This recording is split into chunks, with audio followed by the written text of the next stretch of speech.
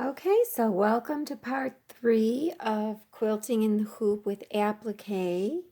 And I'm trying this new technique where we just keep adding on with no real plan of where we're going with our quilt, but we keep adding on a top and a back, right sides together, and then flip it over. And then if we have to add more batting, we do so, but that wonderful girl from Stephen Bland's group told me, I still don't know her name, when you do add the batting, make sure that when you cut the batting to butt it up to the next batting, make sure that when you butt them up, pretend this is batting, when you butt them up, this is not in a seam where the top and the back are. That way you'll prevent that bending effect that happens when you have all of them meeting in the same spot. On the first 2 videos in this series, I stitched out the applique on this yellow block, and then I kept going back and forth on what I wanted to do next. Do I want to stitch the regular nested block below that, or do I want to stitch out the other applique? Well, I decided to stitch out the other applique. So this is only an applique here. So there's nothing under here. There's no quilting under here or anything. Just the applique is stitched on. Then after I did that, I had to make a decision. Do I want to quilt, actually do this quilting?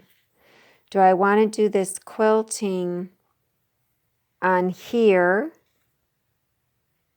which I decided yes I would do. So this is quilted, so you can see it under there. So this whole thing is quilted. And then I had to make another decision. Do I want to quilt this nested block underneath this one? Or do I want to cut out the hole in my digitizing program for this applique and redigitize it with this upside down hole, because of course my nested block is not made to be flipped. It's just one directional. So since I flipped this applique, I couldn't use this template. I had to make a new one. Well, I decided to go ahead and make a new template before I stitched this, and that was the wrong move, because as you can see, and I really tried to figure out how wide to make my nested blocks as I'm starting this, because I came into this a little, not quite knowing how I wanted to do this. I didn't have a method down pat. So I did try to decide, okay, my 2 appliques are on there from here to here, and my nested blocks overlap by so much, not much, maybe about an inch of overlap. And so when I measured from here to here, I cut that in half and then added an inch to that, and I made my nested blocks that wide. So getting back to digitizing this hole here, this was a mistake, because when I went now and I just printed this out, this template of just the regular nested block, and I actually don't have that sticky paper that everybody's buying that you can put in your inkjet, because first of all, I have an inkjet, but I I don't even use the ink anymore because it's too expensive. I use my laser jet. And laser jets, it's really hard to get a good laser jet that'll print on vinyl, on clear vinyl. Yes, they say they do, but then when you try it, they really don't because laser jets are kind of powdery.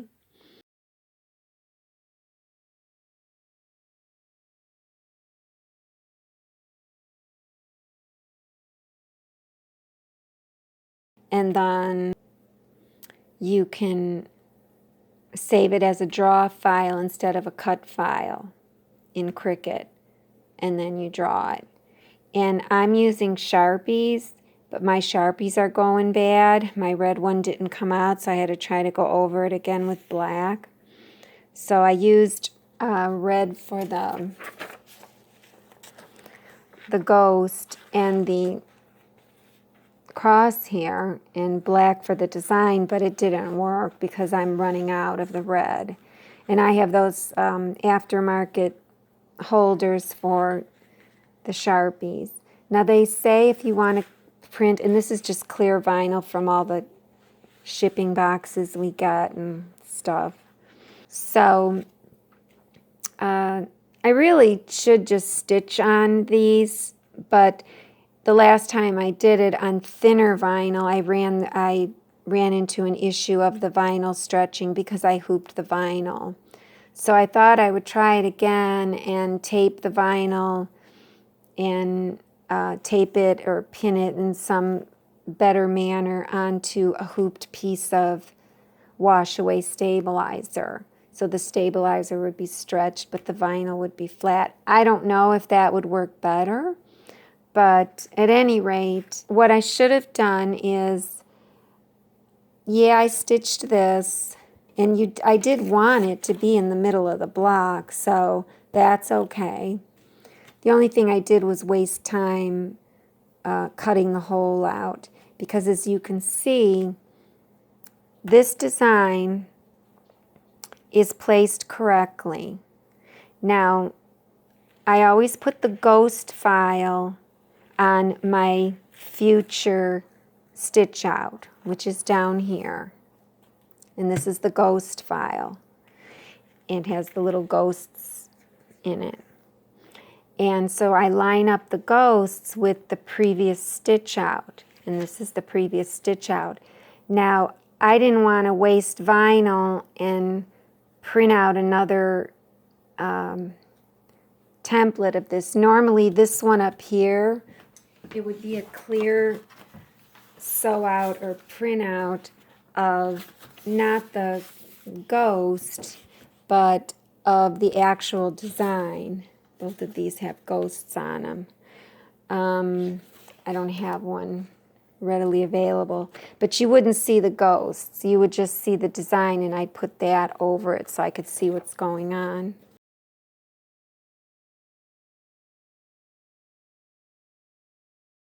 So I put that down first over the previous design. In this case, since I have the applique, I just use this paper and cut around it just because I want to, have my window there for the applique. So it worked out okay. And like I said, it's so forgiving. The only problem is you like to line up your vertical crosshair with the rest of, with the future vertical crosshair. So since mine isn't coming down that far, maybe I should have left this in the paper. I shouldn't have cut this. But, I just took my ruler and lined it up that way. And so I lined it up here. And then I made sure, I really can't see, but I made sure that this crosshair here was on the same line. And it's kind of on the same line. And more importantly, I wanted to make sure that this here was lining up. Now up here, this line and this seam, this line here, this 1/4 inch line comes right into this seam, but down here it doesn't. this 1/4 inch is in too much. So if I scooted that over to be the same as this one, then my crosshair is not really lined up with the crosshair up here. But that's okay, because this is a forgiving design. So more importantly, I wanted, this is the box that I drew around the design. This box is the exact width of the design, but I wanted this vertical line of the box to line up with this seam, have the same distance. And it kind of does. I'm noticing now that maybe I could have slanted it a hair, but you know, it just depends on how OCD you want to be. So now I can see this line better because I moved the ruler over. So let's see. I have this crosshair lined up there, and it's not lined up down here. For me to line it up down here, I would have to move this template over more. Well, it's already over a little bit, slightly more than up here. Or is my seam crooked up here? I don't know. I don't know. So I'm going to leave it. So I'm just kind of cutting the difference. So I taped this down, and I made sure when I laid it down, not only did I look at my crosshairs, but I looked at this ghost. This ghost has to nest with this previous design. And remember, if it were clear, I would see this stitching down here. I know you can't see it, but I can move that away and see that it is lined up with my stitching.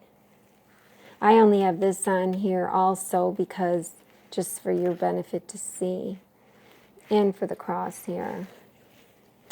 So this is lined up, but you can see the ghost over here for this design is way down here, and my design is way up here.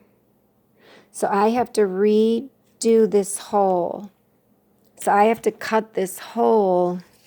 If I lift up this template, if I match up the ghost hair now, right here, ghost hair. If I line that up, line up this crosshair with that one, and line up this ghost with that one, you can see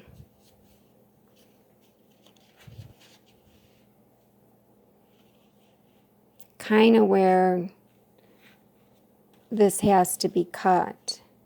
So now how am I going to do that? Am I just going to, get something in there and trace that and see where this needs to be cut? I'm using my fingernail now. That's the edge of the satin. And like I said, it doesn't have to be perfect because the design is so forgiving. And you can see it's even off center. So how would I do this going forward if I want to continue with this method? I have to think about this. Because if you recall, I had decided I'm just going to make a patch and put my appliques on. And just make this throughout. And I guess you could use all kind of tools to do this. I don't know.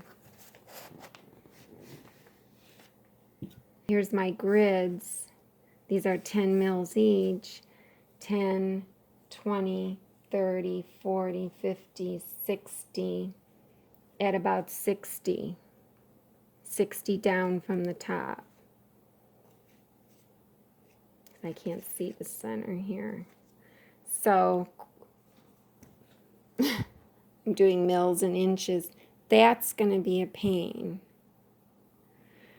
So I'm going to think about this and think of a better way to place my other designs. I guess that wouldn't be bad, but you know, since we do have a lot of forgiveness. But at any rate, my whole plan of stitching this next is no more. So I'm going to stitch this out right where it's at, and then I have to redigitize this hole, and then from there I'll just keep placing this design. And I really should get another clear template going just so I have it. I'll have to rummage through my vinyl. So I'll be back to stitch this. So I started thinking about it for going forward as far as tracing out where I would cut my hole. If I just used the regular, this is another printed version of the nest, just the regular nested block. If I slipped it under here and lined it up, lined up my cross here and lined this up, maybe tape it temporarily. Maybe what I could do is take a ruler and do the same thing I was doing before, but with the ruler. Now, if this were an applique that, you know, was irregular, this would be difficult. But I have this ruler now right on the edge of the satin, and I could just draw a line. And then do the same thing over here.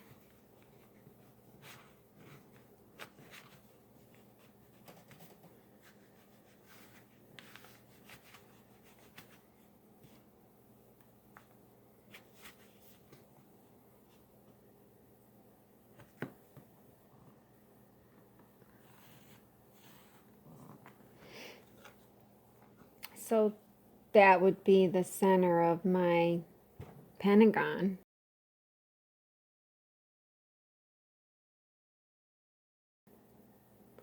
And that's really all I need, is where is the center of my pentagon, and then I'll just move it in my software and I'll cut my hole there. So that center is at, you know, at this coordinate right here, which from 0, it's 10, 20, 30, 40. So 40 up from 0. That's the y direction, but in an x direction it's negative, so it's to the left of 0 here. So that's not 10, that's about 8, negative 8.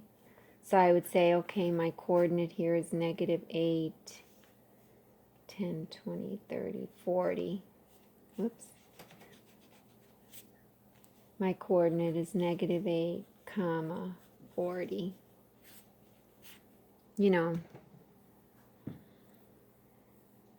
that wouldn't be hard. For me, it wouldn't be hard because I'm used to doing that. But for anybody else, you know, it's kind of a pain. I just really like the idea of sewing in the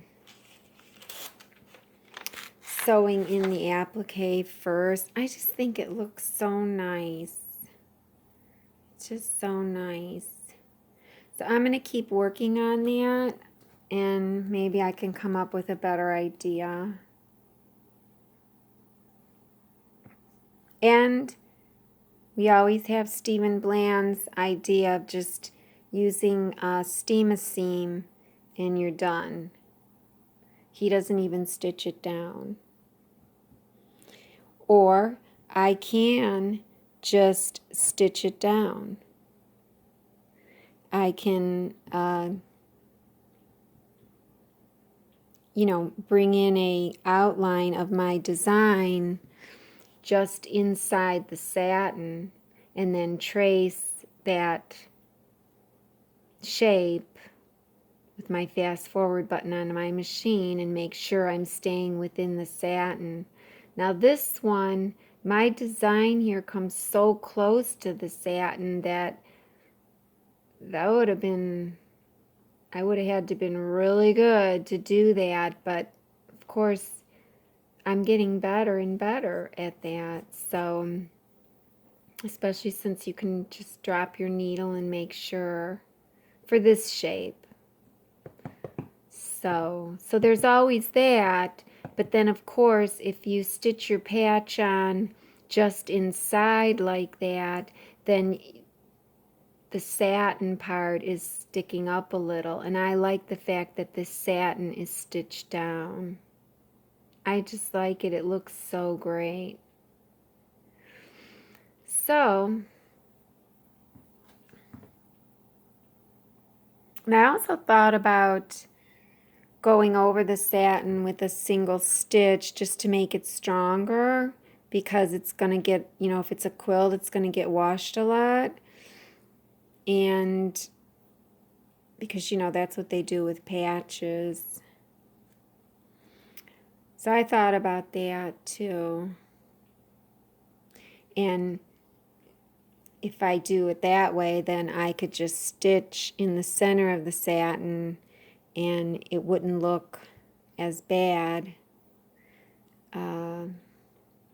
especially if I did that blanket stitch again. But I don't know how I feel about that. So we'll see. Okay, so I was able to create another template with the hole in it. And basically what I did was I used the same nested block, but I placed the digital file, on top of it, and I had a this outline here that I'm going to actually, stitch around it, which I did up here. That's how I cut the hole. So that was like 4 millimeters from the edge, outside edge of the satin is how I made this pentagon. So, and that's what I cut the hole with. Now in Embird, you can't cut a hole with outlines, or what they call in Inkscape, it would be called a stroke. In Embird, you have to use your guidelines, so you have to rotate your guidelines and cut with the guidelines. So it's a little harder. Now, I believe on one of them that I made a mistake on, I actually took it into Inkscape and I let this pentagon cut the path of these, and then I brought the whole thing back into Embird Studio. That's what's great about Embird Studio. You can work with Bezier curves, you can import them in. Bezier curves are what they use in vector objects. But I didn't do that on this one. I actually cut it with the guidelines in Embird Studio. But just to make a point, I used this nested block because this is the block that I'm basing everything on. So I'm nesting with this size and everything. So I used this one, put the pentagon on top, cut out the hole, and then connected them all in Embird Studio. And then it'll stitch just like that one now. I'm not even going to bother with trying to do a blanket stitch because I think I pretty much know how to get it good now. So I will try to get my centers, although when you flip this up, you can see, like, you know, the horizontal guideline is just above the bottom edge of this satin. So it's kind of hard to even see my origin. I'm more interested in tracing that other pentagon that I have on the edge of the satin border, because those are the 2 points that I'm going to put the needle down in and make sure that I'm here and here. If I'm here and here on that pentagon, then I know I'm good to go. Then I'll just stitch the design and I should be fine. But I do want to check my tension. I guess it's about the same as it was before.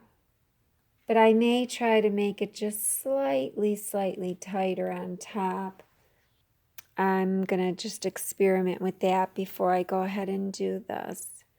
So that'll be next, is stitching this, and then after this is done, then it'll be easy. I'm just going to stitch this one here, and then I really don't have any more room to stitch on the sides. So now, you know, after I stitch this one, then put this one over here, then I add on to my top and my backing.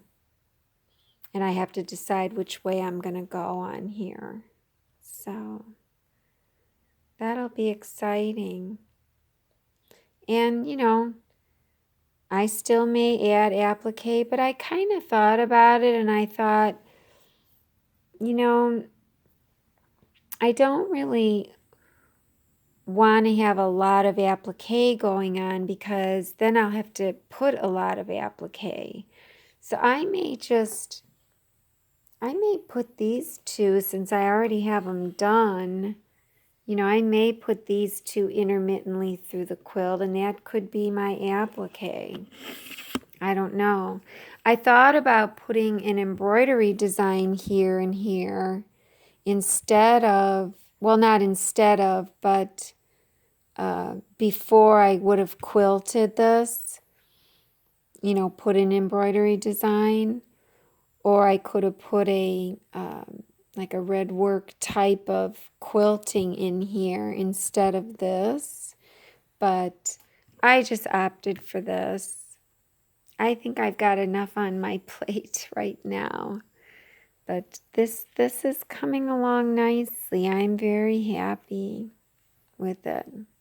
Okay, so we're going to go ahead and hoop this part so we can do these swirls around this applique. And I'll just go through, I'm going to remove everything and show you exactly how I did it and where my logic is coming from. I'll just remove this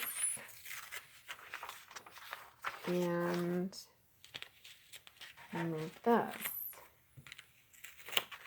So if you recall, I quilted around this one first.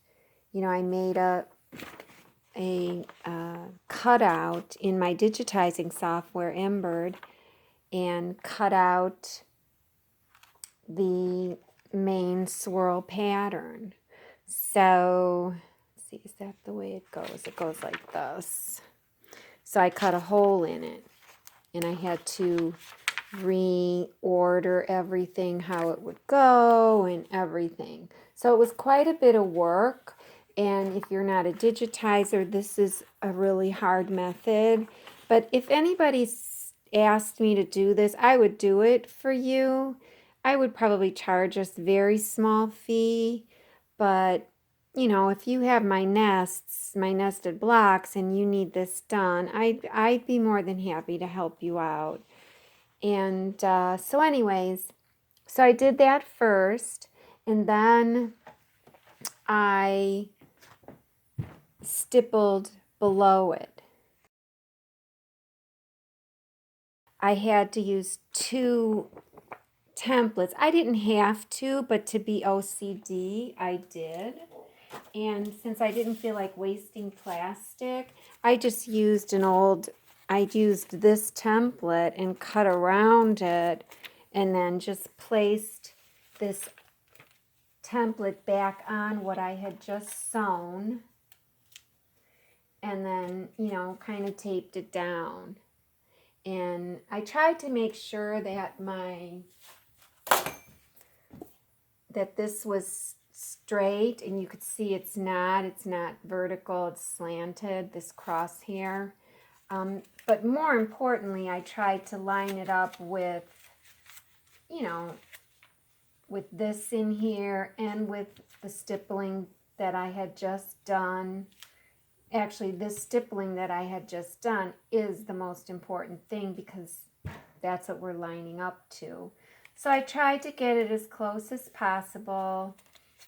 It is a little off up here, but that's already done. We're worried about this. So, and then I took the ghost template. So whatever you're future going to stitch, you take your ghost template. It has these, I know you can't see them, but they're, because I ran out of red marker, but these are the ghosts.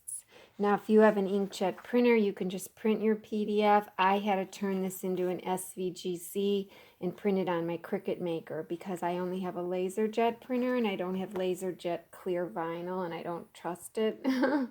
Anyways, so at any rate, it goes this way. So then I have double-sided tape here, and then one in the middle. And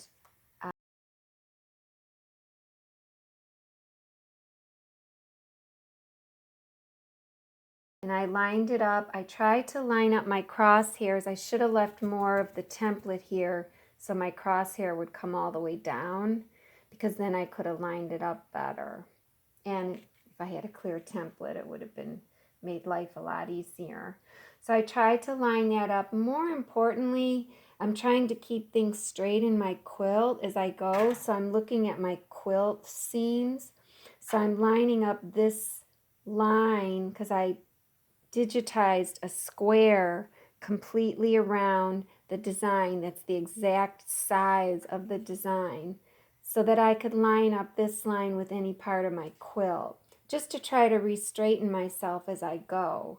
So this part is, yes, important, but so is this. And so, you know, I kind of lined that up, and then I hooped this. I used my method with this thing folded, hooped it, and stitched it out. Well, then I came to this, and this then I had to redigitize another hole, because this one is flipped over. So I redigitized that hole, cut it out. Except for this, I thought I'd leave that straight attached, so then I could just fold it. And I cut most of it with the rotary cutter, and then the rest in the points with a scissor. And then I just kind of put a ruler there where I wanted it to fold, and then kind of went like that. I don't know. So now I'm going to try to line this one up, and you can see the benefit of having a full template, and it's just so nice. And I wasn't going to waste clear plastic on this one either, because I don't know what I'm going to do, if I'm going to keep redoing this. I might, since it took me so long to digitize these two. However, so I'm going to line up this crosshair with this one. Make sure this is lined up well. It looks pretty good. This might be crooked here, my seams. I don't know which is crooked, my seams or my placement of my design. I don't know. But it lines up good over here, so oh well. I kind of think these little strips here, I messed them up. Because I was just messing around. This was just an experiment. So anyways, and you'll never know when it's done. So when I go to do this, what's most important here is lining up this with the hole, because I want to make sure that this is placed perfectly in my hoop. And when I get to the machine, I'm going to drop the needle down at this point of the pentagon, the outside of the satin, and then over here, because I have a pentagon digitized for the outer border of this satin. So I'm going to drop the needle there and there. Then I know that, okay, great, my outside line, my outside pentagon here that's actually going to stitch is going to be centered around this applique perfectly. Yes, I still want this to match up. You could see they're not. So I will maybe move it up, and you can see my ghost here is matching up with the previous design. But it kind of looks like I'm up too far here. So even though this is matched up, I'm going to move this down. And that's what's good about this, is you can do this because they're just separate nested blocks. And I still want to keep it centered, but I want the gap down here to be the same as the gaps around all sides, and so on and so on and so on. And then when I go to hoop it, it's probably going to move anyways, but that's why at the machine, I'm going to drop the needle here and here eventually. So, and now I've got tape here and here, which is not a good idea. I forgot, because I'm going to have to remove this, and this is going to be under the hoop. So I have to put some double-sided tape on the back of the template. So I'm going to use my really, really sticky double-sided tape here. And I'm going to, and I just got that on Amazon. I'm not sure what it's called. I know I should be getting links for this and be an affiliate, right? So I'm going to put it here in this top corner. I haven't peeled it off yet. Oops. And I'll put the other one here. And I'll put it vertically, just so it's not by the design. Who knows what? Oh, well, this is in the way. But that's okay, because I'm going to take this off eventually. So I'm going to just move this out of the way. Whoops, I didn't take the tape off yet. I'm going to get one more to do the bottom center. Really small.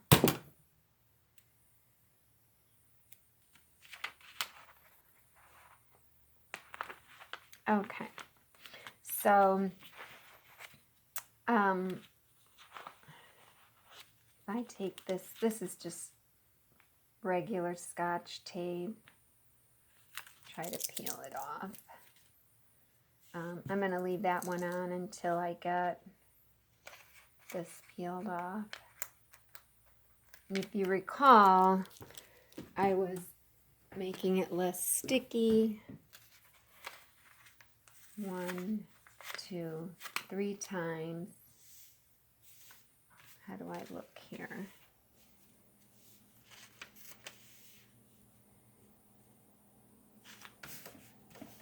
Okay, and this one.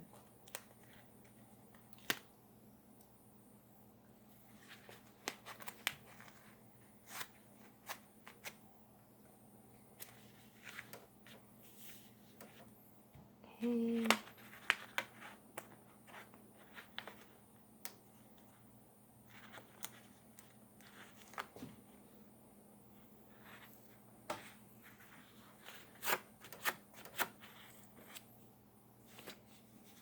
Okay.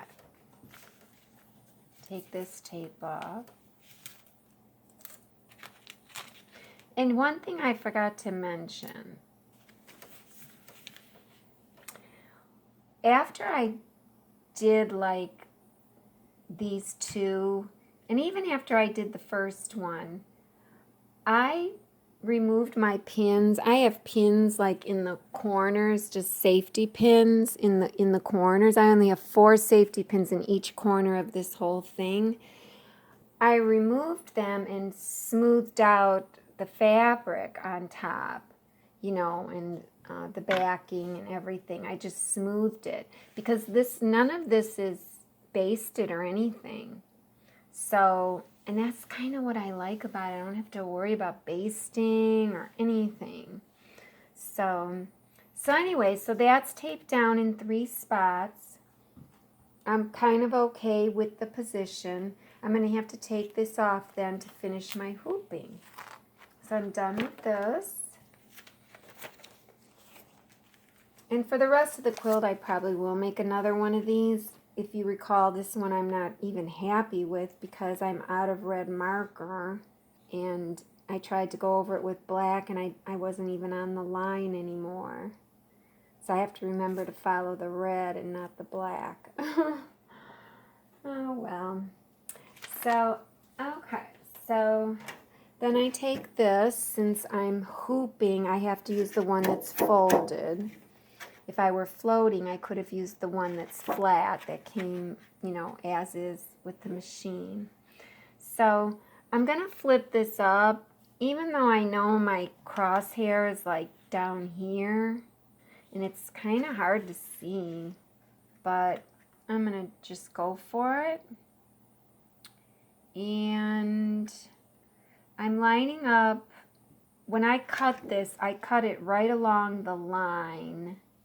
I don't know if you could still see the dashed marks. So I'm able to center that. I'm looking at the little cross in there. And I have double-sided tape on here, but it's only on the ends here. And it's barely sticking anymore. Boy, I did a good job of making this non-sticky. Sometimes I wonder if I had it on something. Like batting. I know I did the last time. I'm just going to flip it over and see.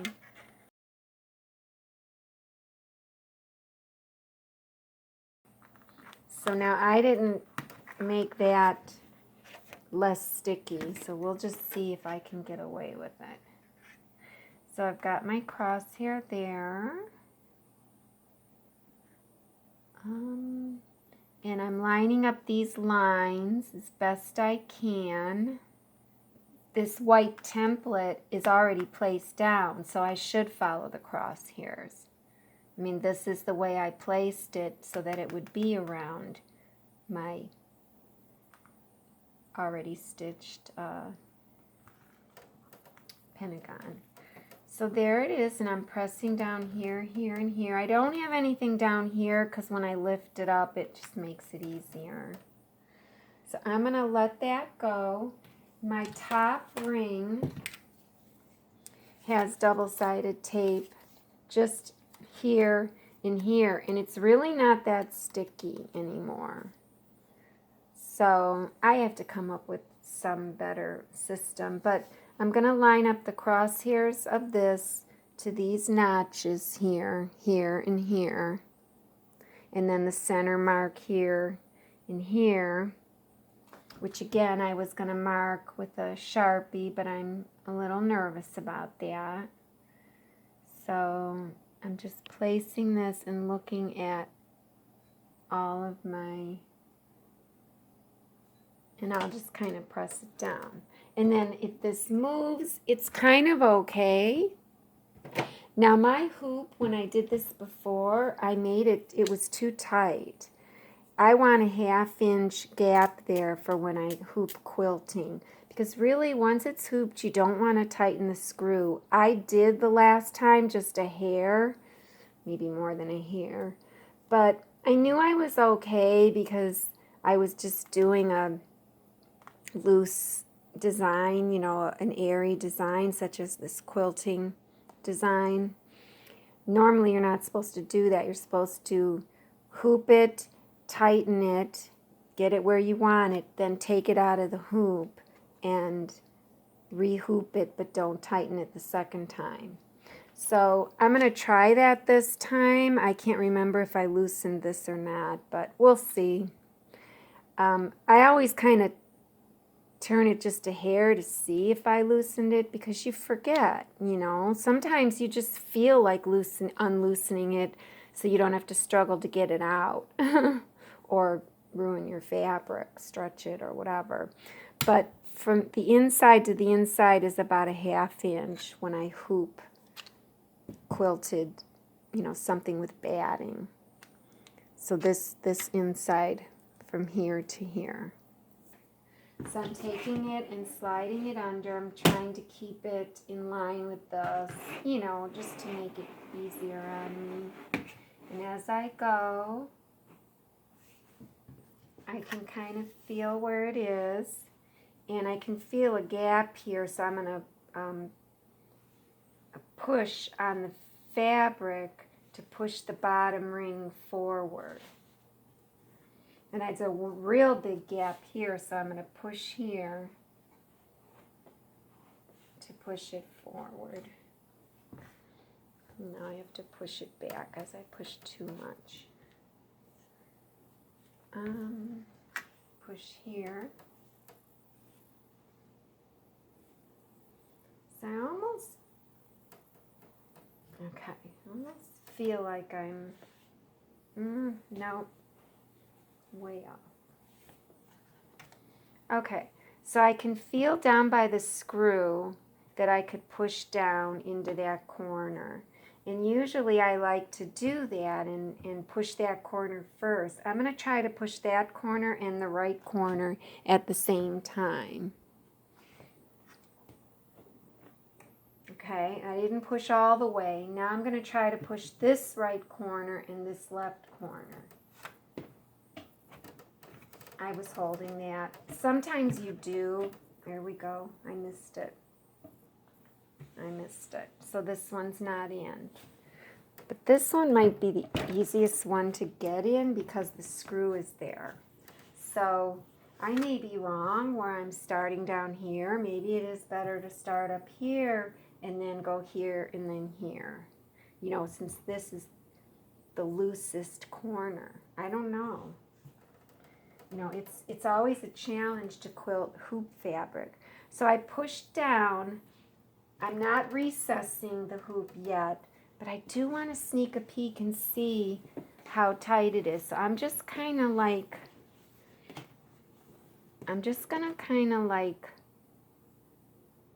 okay, it's tight because I just tried to move it and it's tight. So I'm going to leave it. And so I probably didn't touch it. So now I'm going to recess it. And here's the thing.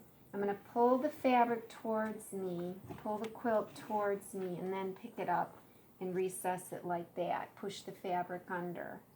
When you recess it, you'll be able to feel how tight it is. It's pretty tight.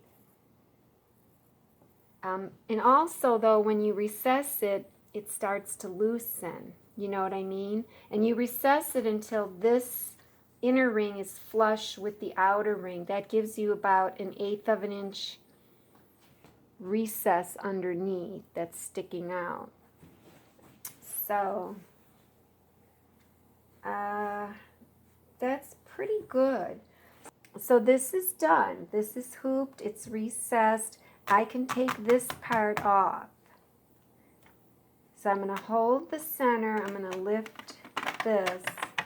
Remember, the only reason why this is going all the way in is because I trimmed these long sides. I took off like I don't know, 1/8 of an inch off of each one. Now I'm going to place my hand down on my template because remember,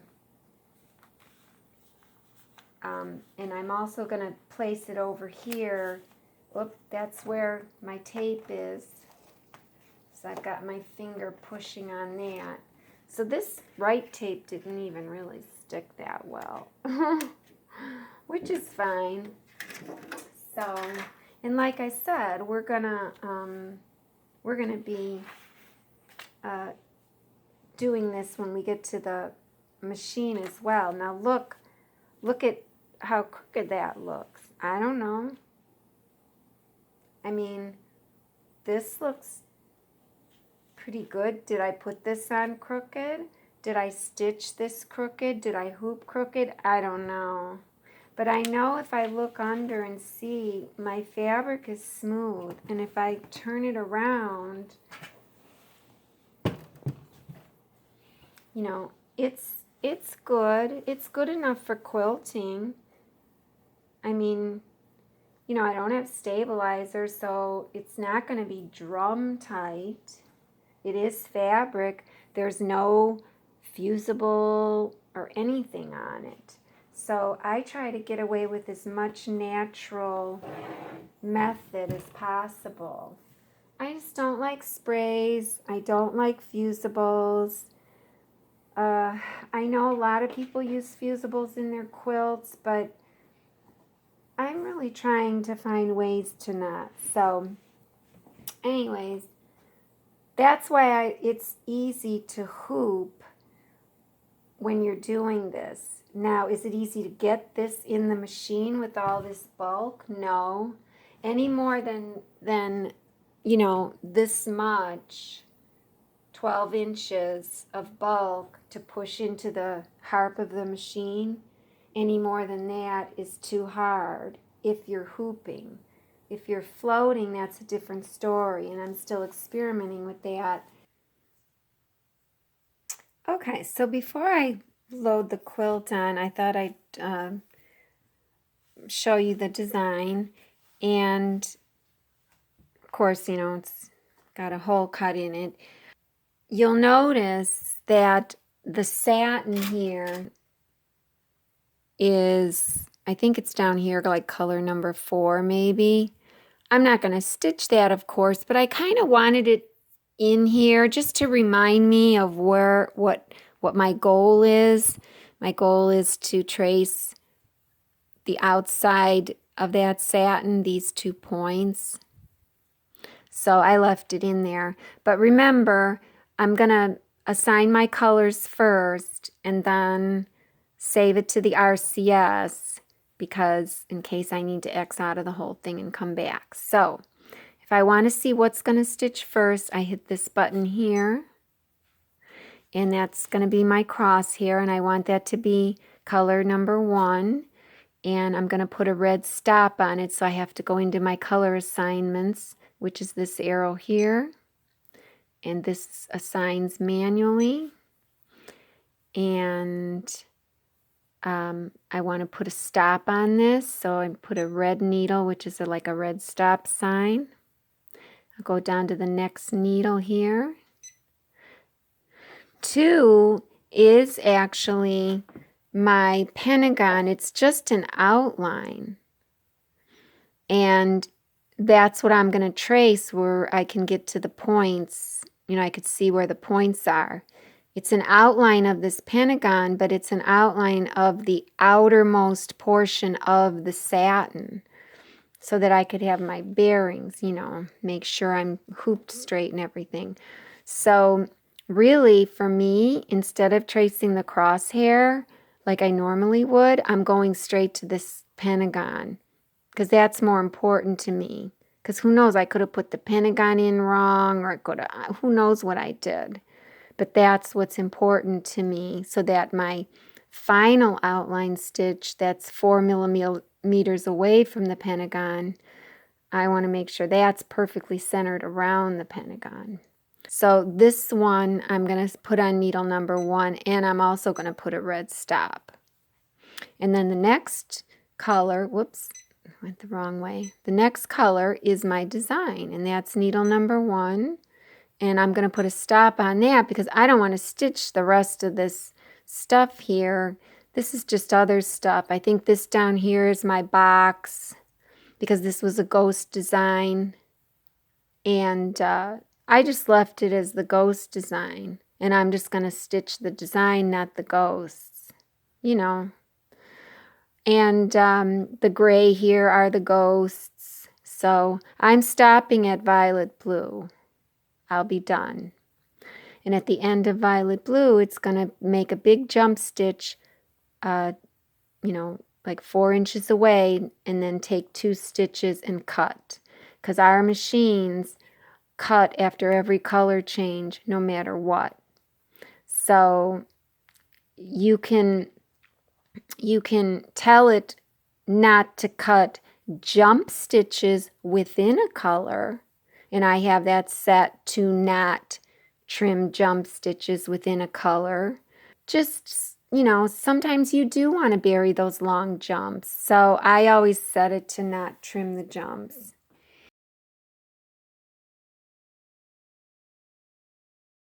If you have font that you bought from someone, they generally put a tie on and tie off after every font, after every letter, because those are stitch files.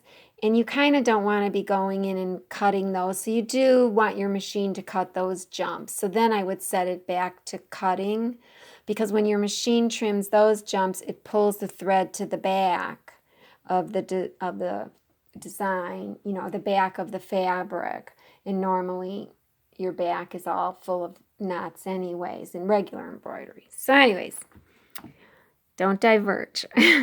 So I'm stopping after this. So everything's good. I'm going to go back and I'm going to save this to the RCS. So here's my save button. And here's my RCS. And I called this MB4 folder.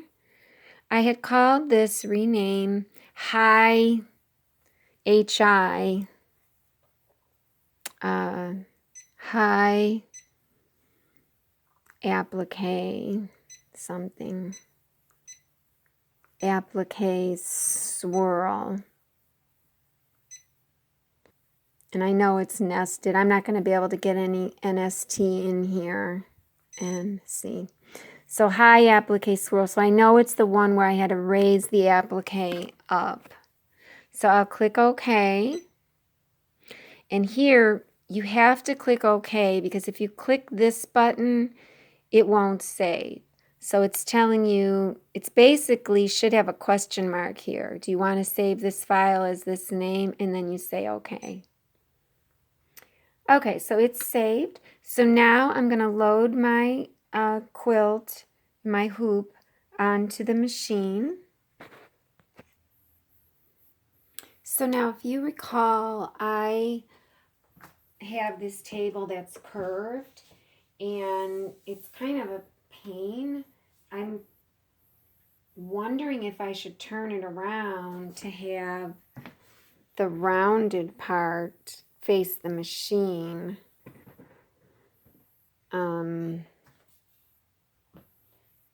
I mean, it might help me out a little better because I get nervous over here. Because remember, the machine defaults to the hoop center. So if this is the hoop center, then that's the hoop.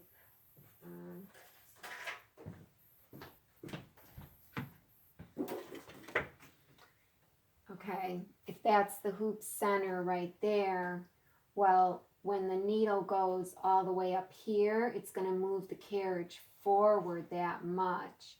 So you want to make sure, and that's 4 inches, it's going to move it forward. So you want to make sure you have 4 inches from here to your table. So it would have to be moved like this.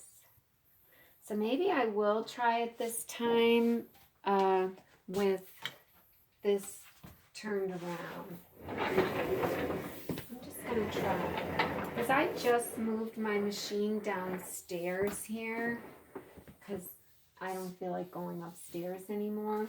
So now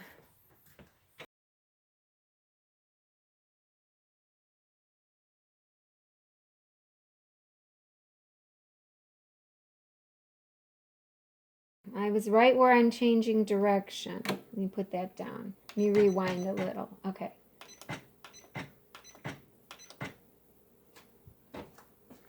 I wonder if I could now go forward. And then it changed. So I'm going to rewind. Okay. So now I'm going to do a needle down, needle up, and compare those two holes. Okay. So I could see that this hole is lower.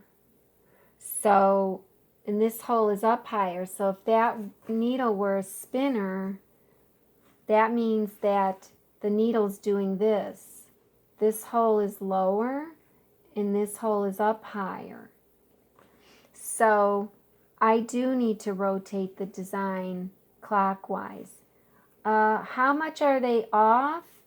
It looks like they're only off like maybe a mil. So I'm going to rotate it 2 degrees clockwise. I don't know, I'm just guessing. So to rotate it, we're going to rotate the whole design. I brought this in as one whole design. So when you bring it in as one whole design, you're rotating the whole design.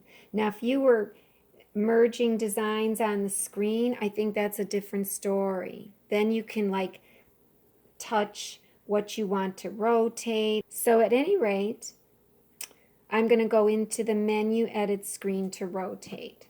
So I'll hit menu, and this is the edit screen. Remember, once we leave the ready to sew screen, no more jog button. If we think we want to do the jog button, we have to just X out and bring up the design that we saved in the RCS unit. So I'm going into the edit screen, and I'm going to rotate it. I said 2 degrees clockwise. Here's my rotate. Clockwise is the one up on top, and watch this. 1 degree, and the design moved or rotated. It's not letting me rotate, and you know why?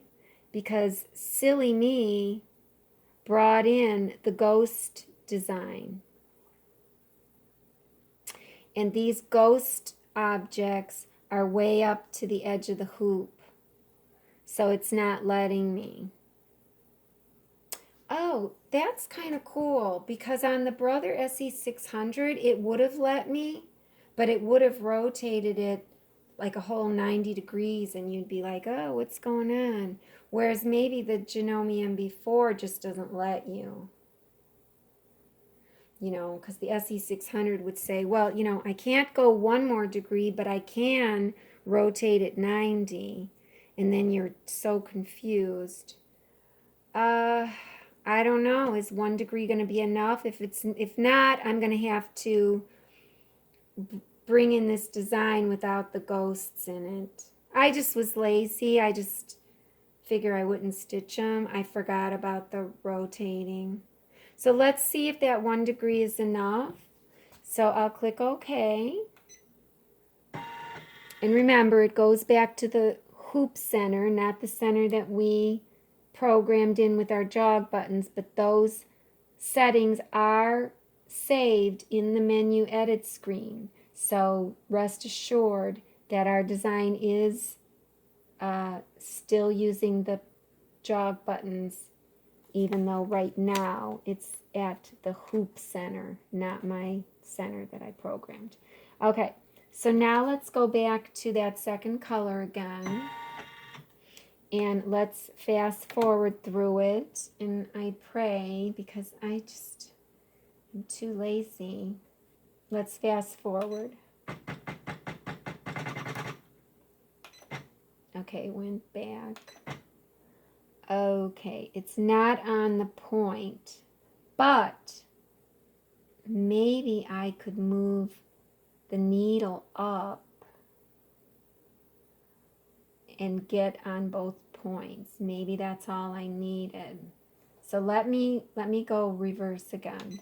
Okay, so it's here it is traveling down.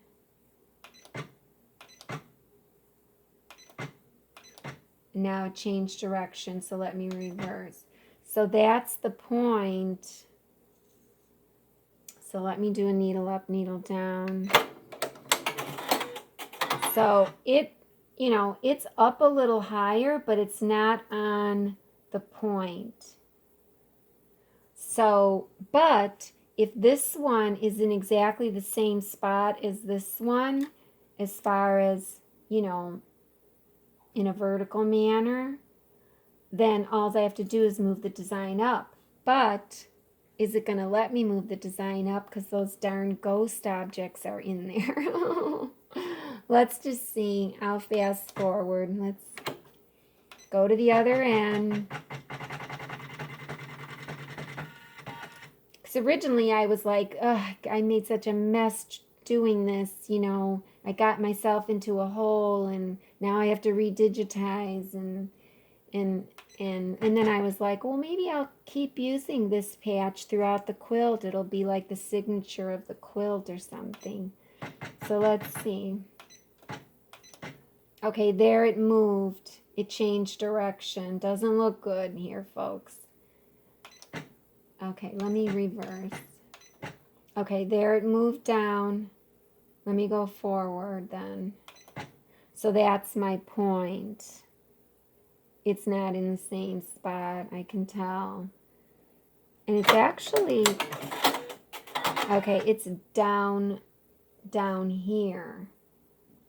So my needle is actually up on this side and down on this side, which means I have to rotate it counterclockwise. So that leads me to believe that originally I wasn't supposed to rotate it at all. I rotated it clockwise 1 degree. I'm going to go back counterclockwise 1 degree. The other thing is maybe I only needed to rotate a half a degree. Well, forget it. This machine only does it in 1 degree increments. So I'm going to go back into the menu edit screen and I'm going to rotate counterclockwise this time back to 0. And now you could see my jog settings are saved on this screen. I'm going to try to move the design up. It's not going to let me though, but I'm going to do it from this screen and I'm going to see how far it lets me move it up. Okay, let me go 1 click and that's it. 1 click was it. I don't know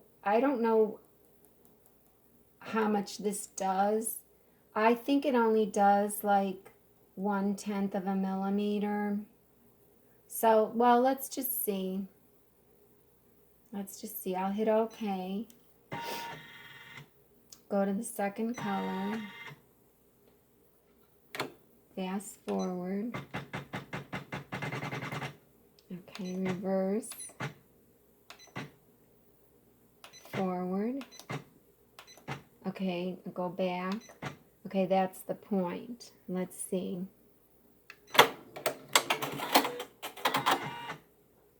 Ooh, I'm pretty darn close.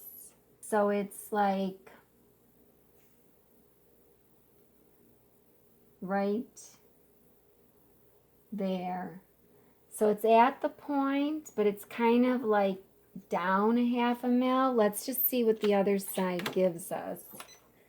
I may just go with it. If the other side is good. Okay. Oop. Okay, now it's gonna, here, that's the point. Because if I go, changes direction. So I'll reverse, and I'll do a needle down, needle up. And that's in about the same spot. I think I'm gonna go with it, guys. I don't feel like redoing this right now.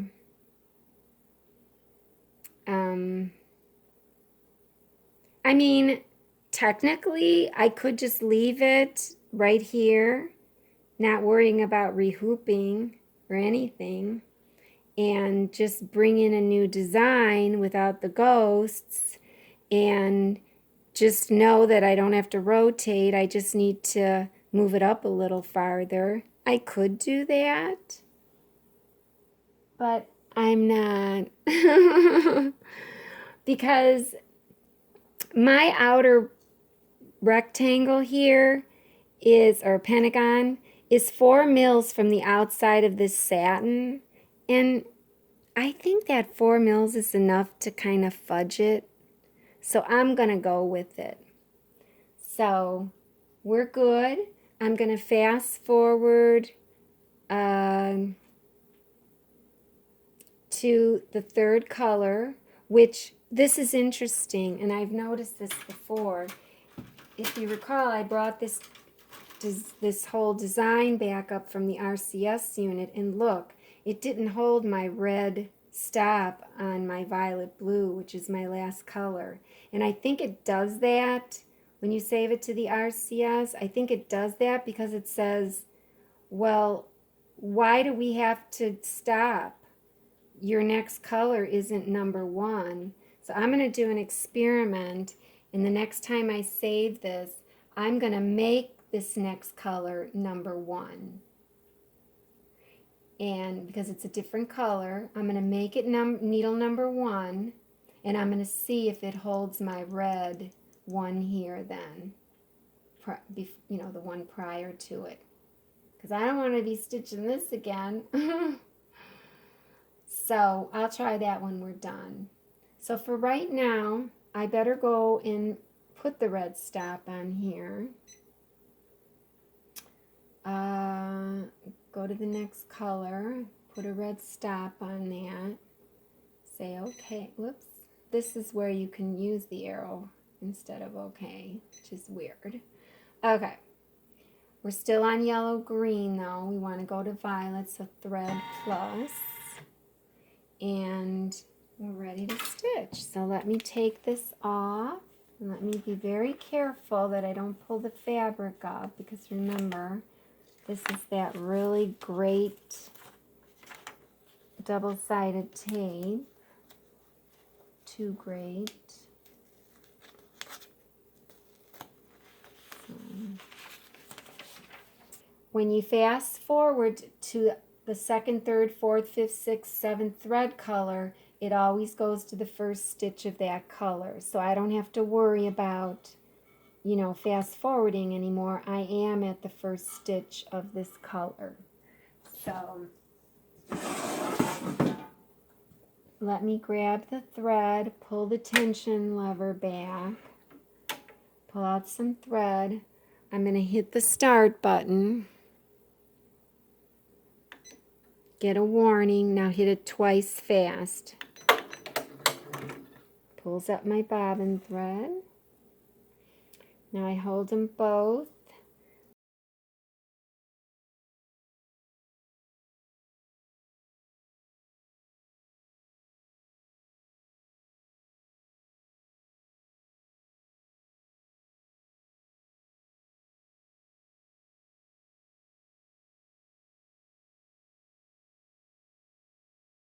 The bobbin thread is flat. The top one is at an angle. I'm holding my finger against the hoop, and I start. Warning, now one time.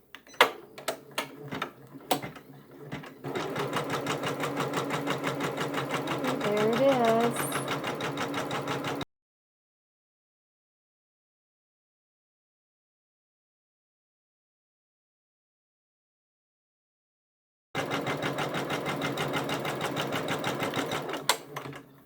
I just want to see my tension.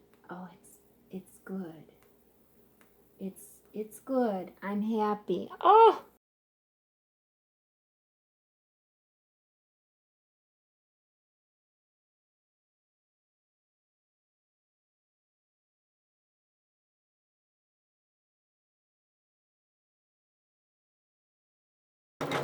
wonder what I should do with this, you know, because I hate sitting here and moving it around.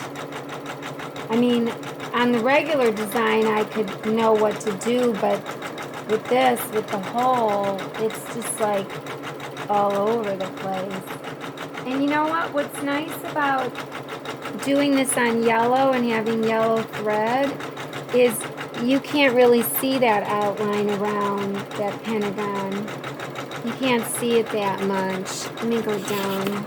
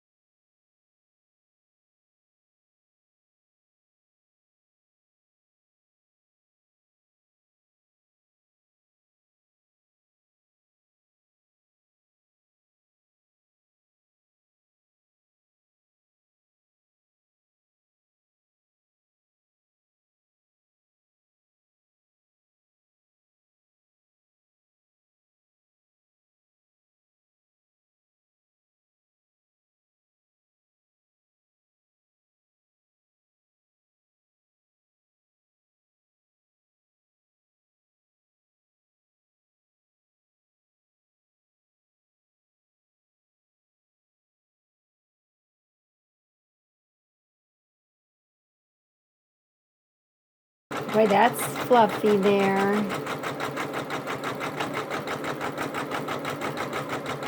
Wow. It's almost trapunto-ish. That is so cool. Oh my God, I'm loving this. Yeah, I mean, it is, I could have moved it up a little bit more, but I'm fine. And I think next time I won't have such a, I had backing on the back of that applique. I had Heat and Bond Light, I think, on the back of it. I don't know if I needed that. I'm not sure. I don't know if it's going to be too dense in that for a quilt. I don't know.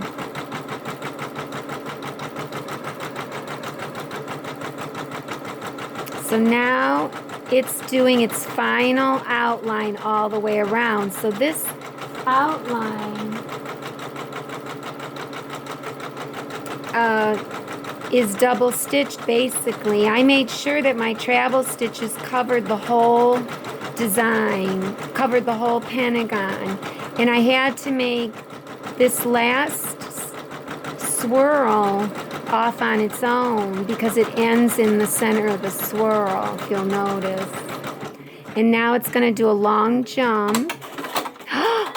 Where's my jump? Oh my God. I'm bummed. Where's my long jump? Did I forget to program it in? I did. Because I did this twice. Oh, darn it. Oh, I'm so bummed out. Everything was going so well. I had done this once and I screwed up. I moved it 40 mils up from center. What I really wanted to do was have the tip of this moved up 40 mils from where it was, from where the tip was. So I did the whole thing, digitized it and everything, and put my template on and realized I screwed up. So when I redigitized it the second time, I forgot to put the jump in. Oh my God. So now I'm going to have this thread tail on the back that's like, you know, a ½ inch long, and I have to just try and bury it. Oh, wow. Live and learn, right? Okay. But there's the back. So there's the one knot right there. And here's the other one right there. I just think these knots look better than a point to point where the two lines meet, and then there's that ugly knot that never looks right. I just think they look better when they're like this, you know, like that doesn't even look bad. And it's never gonna come out. But the stitching looks great.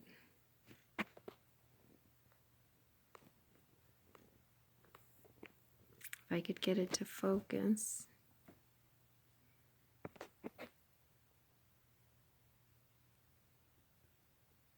Yeah, I can't.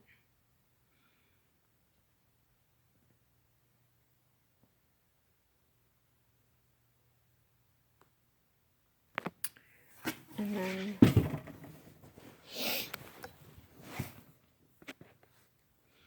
see, here's the pentagon. It's not bad. It's actually right on, really.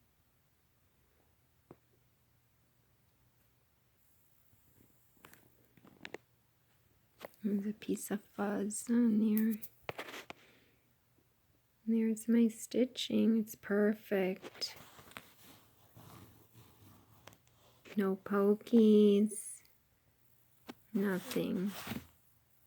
A little bit of lint. That's about it.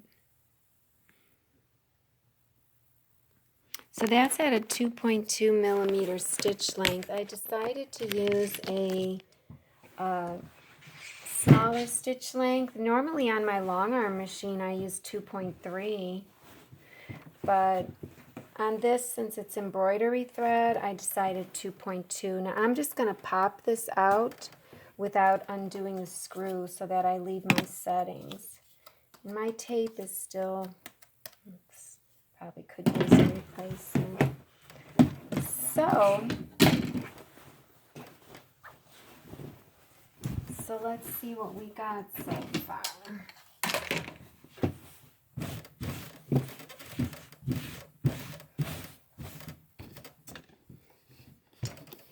So here it is so far.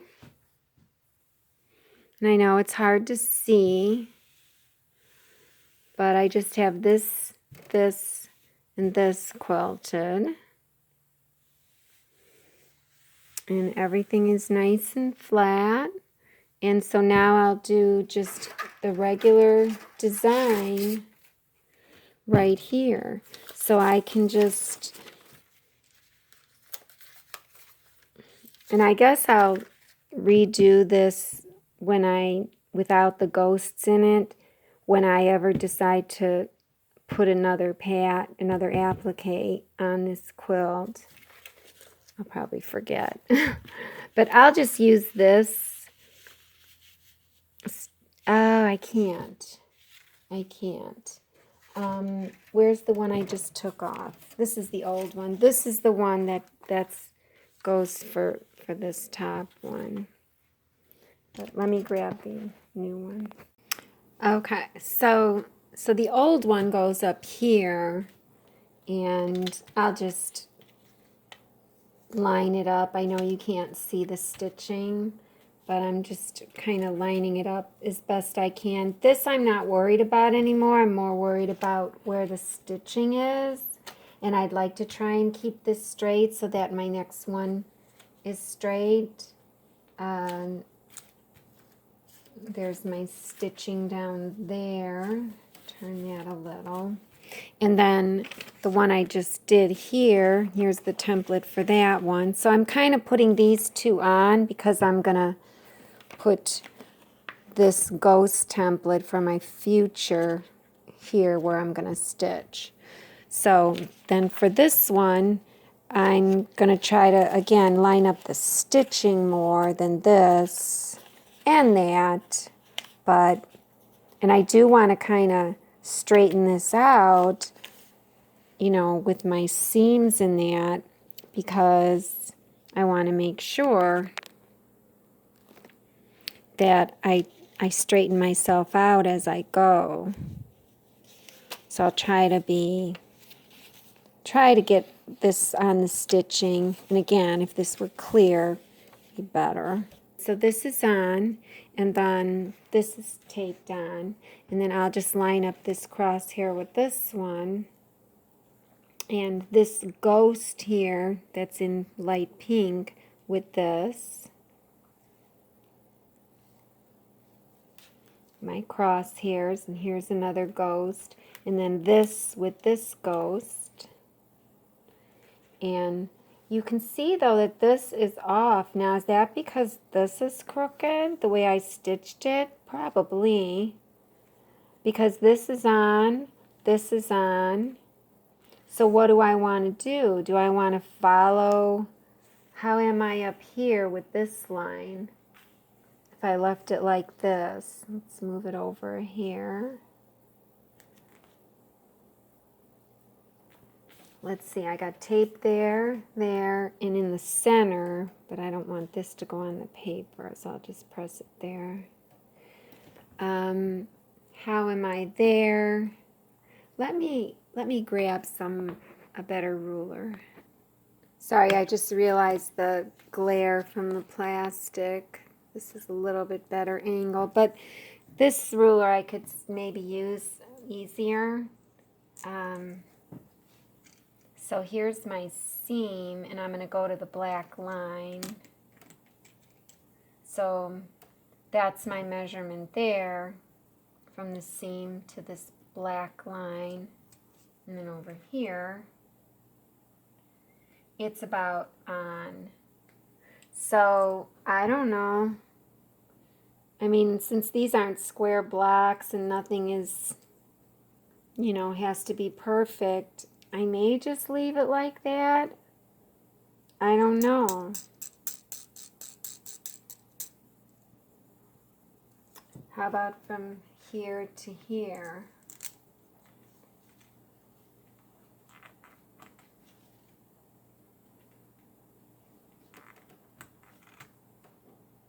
It's about like that.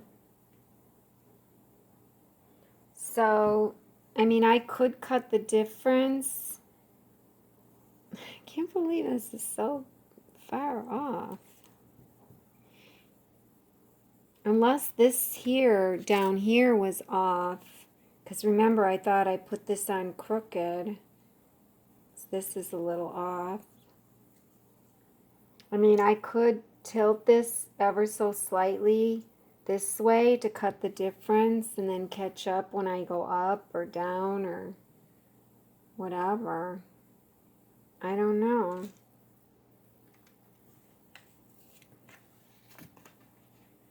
If I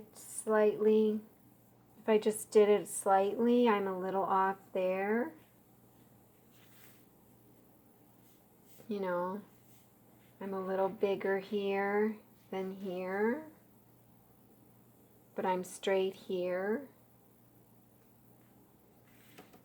Cut the difference again. So maybe I'll just do that, because that's pretty much on the crosshairs. And this isn't bad. I don't know what I did there. Who knows what I did. So, there you have it. So I'll go ahead and hoop this. And so I don't need this anymore. Make sure this is not on the paper. Make sure this is nice and smooth. I already did smooth it out and moved the safety pin. And I don't need this then anymore.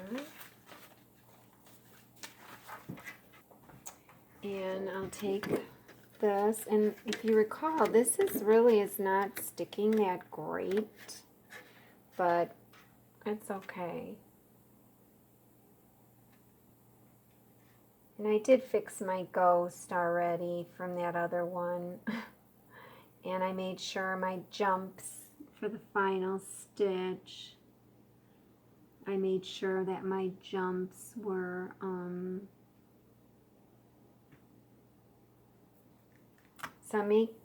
were in my design.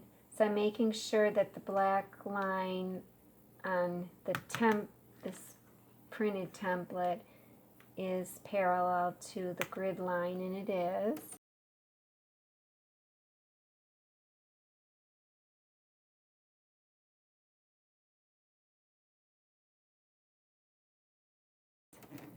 So I'm going to press that there, there, and there.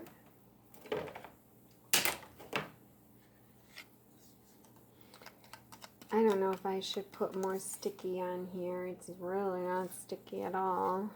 We'll see how I do. I'll line up my crosshairs with my notches. Move that.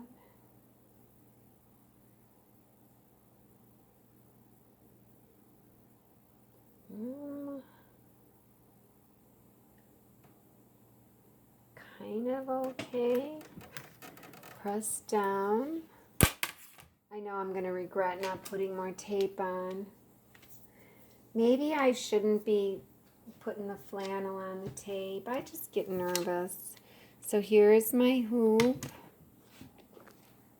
And try to back up a little here. So this one should be easy to get in the hoop because there's not a lot of fabric at the top. And I'll go ahead and put this under. Try to slide it.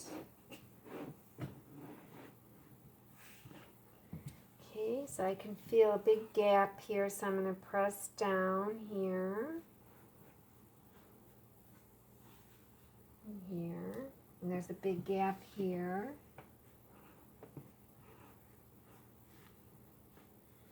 That's why you can't really have one of those rubber mats under it if you use this method. I just like it. So maybe I went a little too far. And I guess I'll try and press the top this time, and I'll do this corner last, see how that works for me.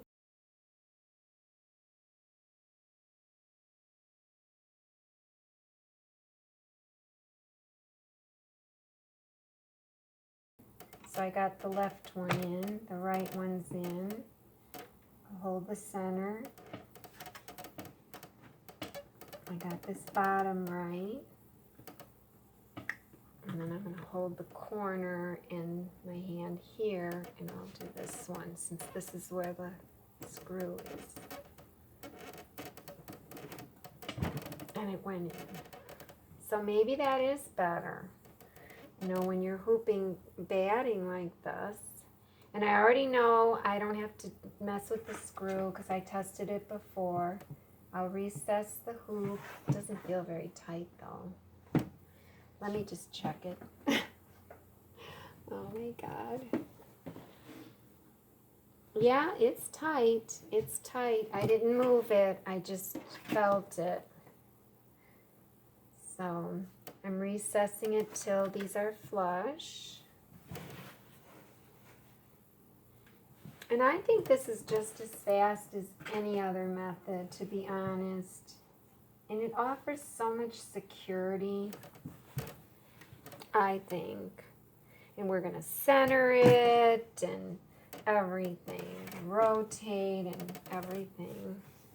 We just want to have fun. Okay, so it's hooped. My grid line is perfect. I probably won't have to do any rotating or anything. So I'm going to stick my finger in this bottom right hole, and I'm going to hold my hand in the center and pull up on this. I thought I shaved it better than that, but it's okay. It's better to be tight. And then remember, I got tape here in the center and there. Oh, now it's sticking. I must have just not stuck it the last time. I've got my finger on the, pressing on the fabric, and there. So remember, the tape is outside of the grid, but this is cut inside of the grid. So, and that's nice because it kind of worked out that way because I always make the pattern smaller than the hoop size. And this way, it's a 1/2 inch smaller. So I got 1/4 and 1/4 at top and bottom. So, so we're ready. We are ready.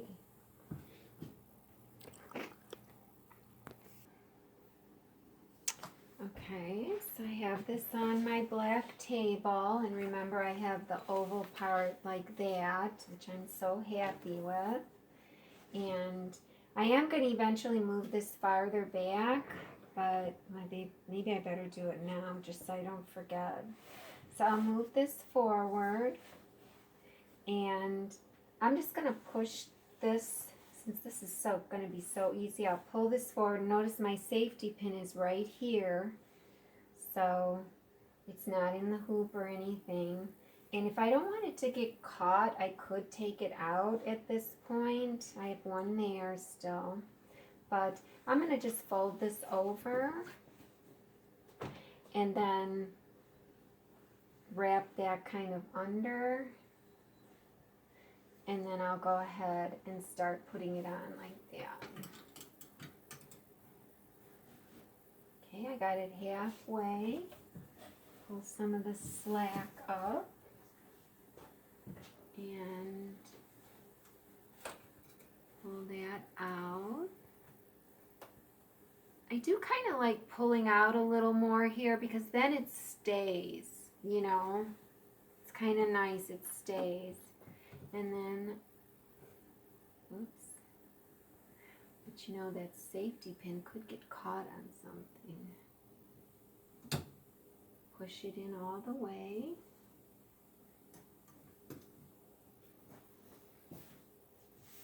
Give it some slack.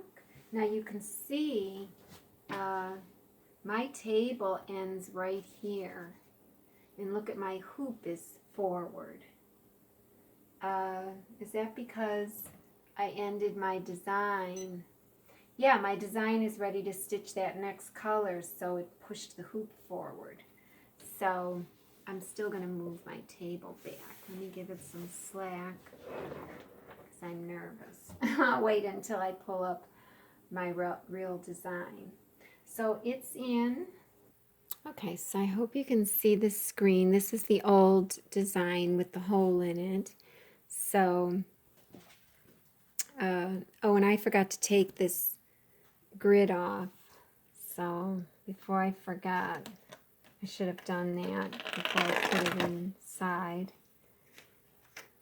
We don't need it, you know, for centering because we're centering to our design template, not the grid template. We know it goes to the grid center. So, okay. Hopefully I didn't disturb anything. So here's the old design, and we're going to X out of it. And I do believe I saved other design on my USB, and let me go to open USB. It's Q, so I'm going backwards, 1, 2, 3. And if you make a lot of folders, when one folder has about 5 things in it, just make another folder. You'll go through quicker. So I already had a quilt in the hoop folder, but it's full. Not full, it's got like 5 things in it. So I made another one, quilt in the hoop 2.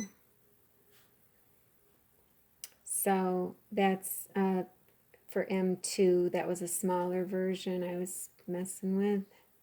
Page M1. That's the high heart flipped, which I fixed it and put the jump in. Here's the main. So there's no ghosts on this. And there's no ghosts on that one either.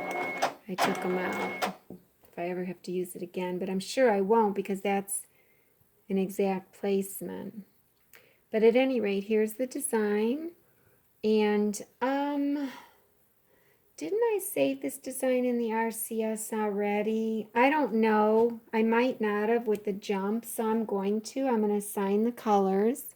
So here. First is the crosshair. Number 1, put a stop. Second is the design. We want number 1, and we don't need to stop. It's the last color. And I'll click OK, or I have to use the back on this one. Back. And then we'll save it here. And I'm going to save it in the RCS. I don't know what I would have called it. Swirl. Because usually they do go in alphabetical. Let's see. Or M1 swirl. Okay, so I'm not sure. M1 swirl, no back stitch, no backtrack. So I'm going to just resave over that just in case I forgot to do the jump stitch at the end. Save file, okay. Overwrite it, yes. Okay, so now it's saved, and now I'm going to check for center. Okay, so let's snap the needle down. I might be right on. Like I was saying, I did hoop that pretty good, but let's just see. Let me hold my finger above the needle screw. I need to come forward about 2 or 3 mils. So I'm going to use the jog buttons, and I'm just going to stay here and try to do it. When I go to jog, so I'm going to I'm going to use the down. I'm off kilter here because I'm on this side. So I'm going to use the down arrow to move it down, down, move the needle down.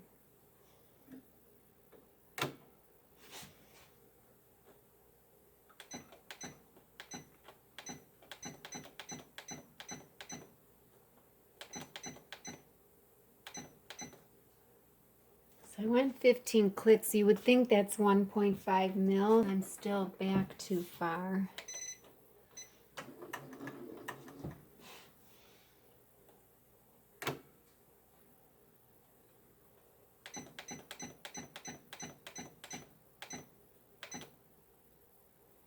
I went another mil, so I went 2.5 mils total. So I'm right on in that direction vertically. Let's see. And horizontally, I'm right on. So I'm done with the jog buttons. Now this is just the regular design. So we're going to follow the cross here this time. So let's press this button here to see what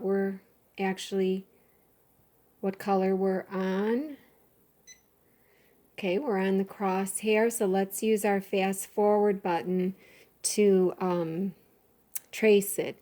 Now, it's going to just go like that because I had just dialed it down, but as soon as I hit fast forward, I'll get that error. And then I'll be able to snap it down. Oh, and look, I have to rethread my needle. Oh, well. So now I'll snap it down, and I'll fast forward. Oh, right, this is the one where I'm starting the crosshair on this side. I meant to change that. So it kind of looks like my needle is like, if this were the needle as a spinner, it looks like it's like this.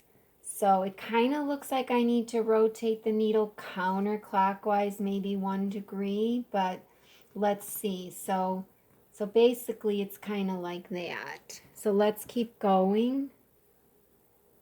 And let's just see if it's evident without me dialing down.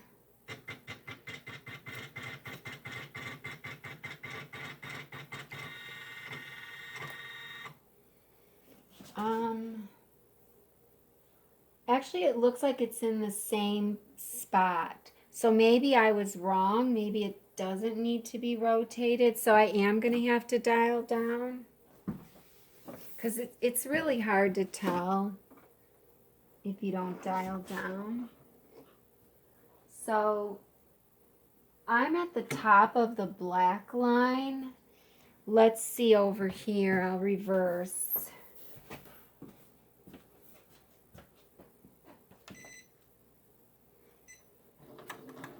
I hit the OK button. And I'll reverse and go back. So I was at the top of the black button.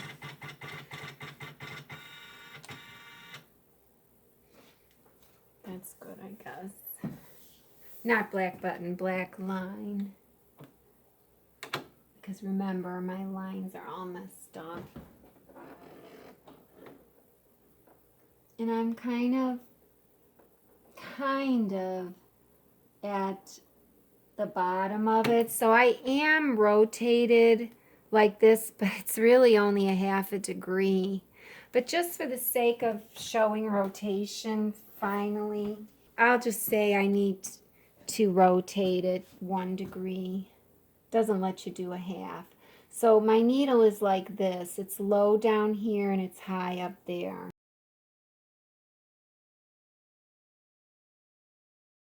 Whatever you do to the needle, you do to the design. So I'm rotating it counterclockwise 1 degree because it's like this. So we'll go into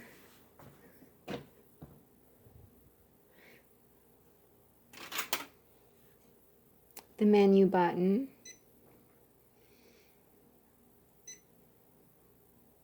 Rotate counterclockwise. So remember, you're not going to see a 1 here, you're going to see a 359 because remember, this position is both 0 and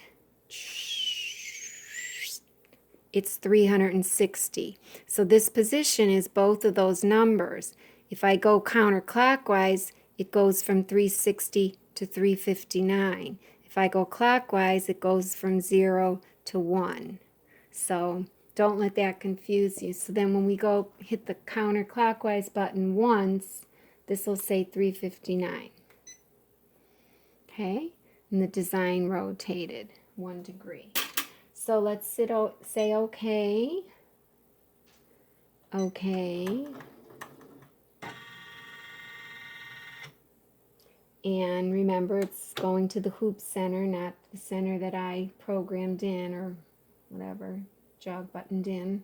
So then we'll fast forward again through the crosshair. Press this button to see what we're on. You can see the crosshair looks funky now because we rotated 1 degree.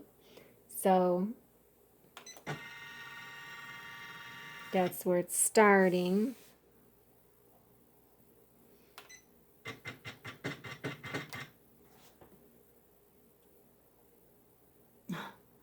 I'm way above the black line, so I probably didn't need to rotate it. I don't know why I always seem to hoop it correctly as far as rotationally, and then I can't show people.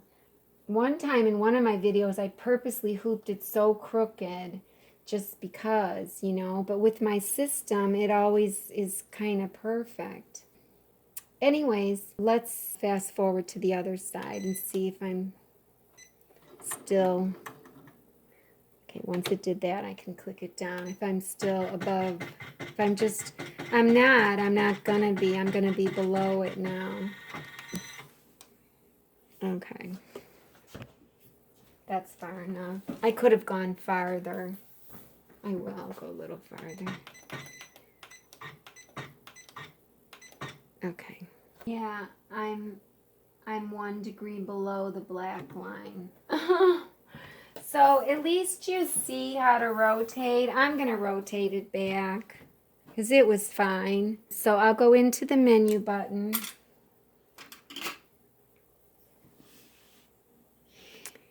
And it says rotate, you can redo. It's just the jog buttons you don't want to mess with because you can't see what you're doing since the needle goes to the hoop center when you come back out. But with rotate, you can.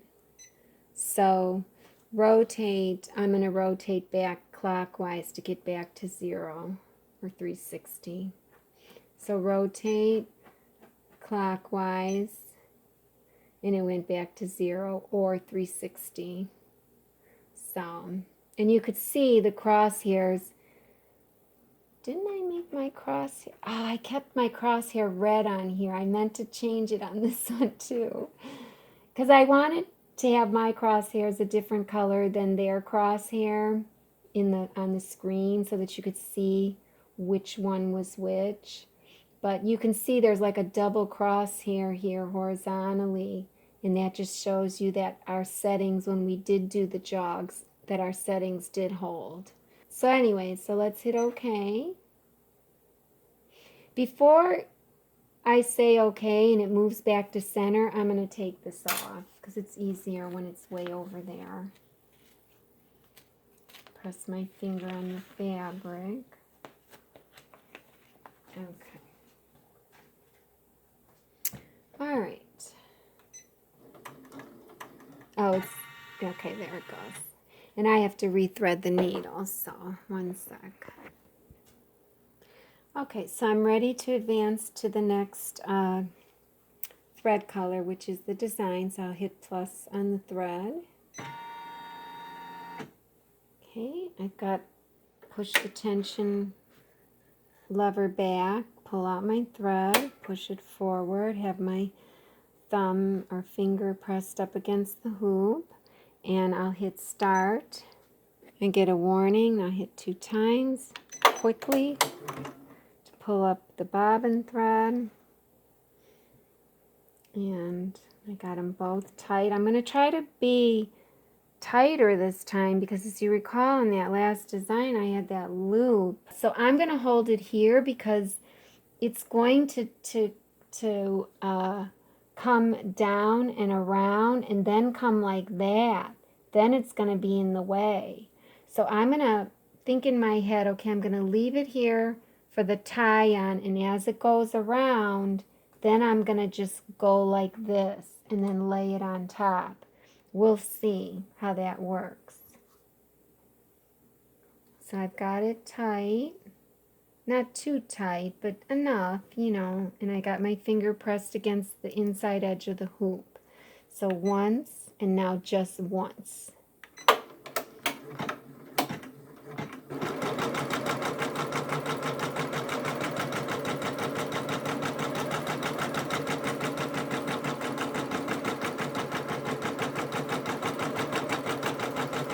So that's nice because that's the top of the design, so it's never going to go in that location again. And it's stitching at 400, so it's so slow, you know.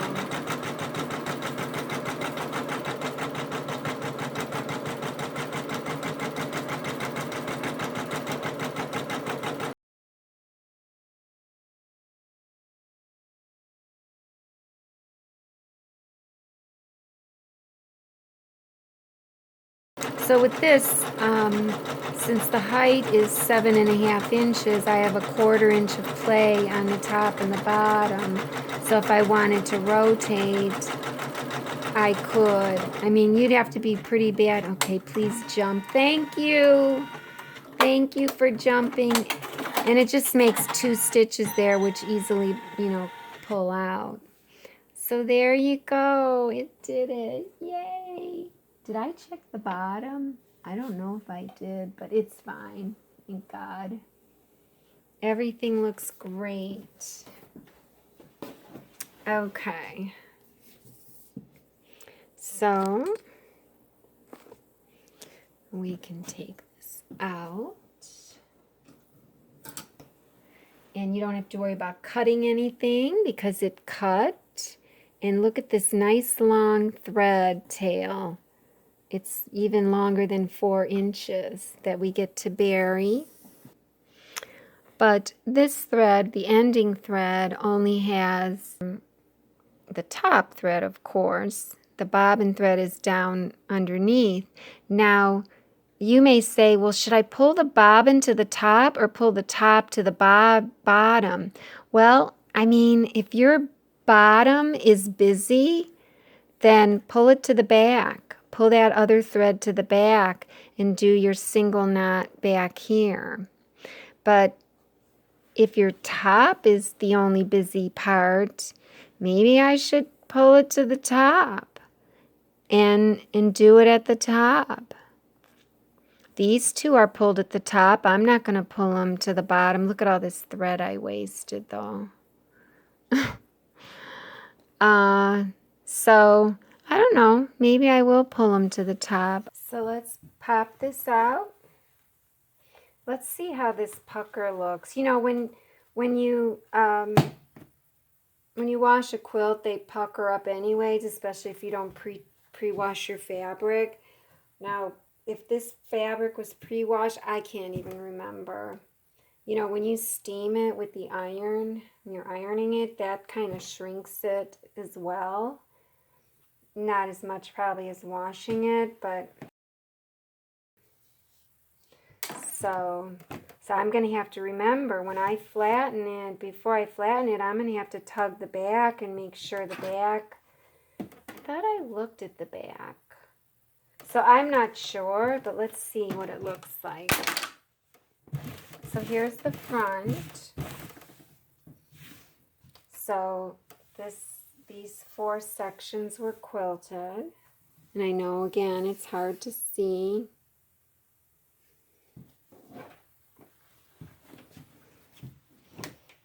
And here's the back. Now, where's the one I just did is here, so it's right there. So this is the puckering, and it's really nothing. It's really nothing. This right here. Because here's the old one, and then here's the new one. So, oh, no, here it is here. Yeah, it did pucker. But, you know, I screwed up, and I'm practicing. That's what this is all about, experimenting and practicing. But, and you know, you could put a steamer over that and steam that out, really, to be honest. So, and if you looked at this from afar, I mean, it just looks like all over quilting. It really does. This looks like I hoop burned it. This was the last one I did. So that would have been the top right. I don't know.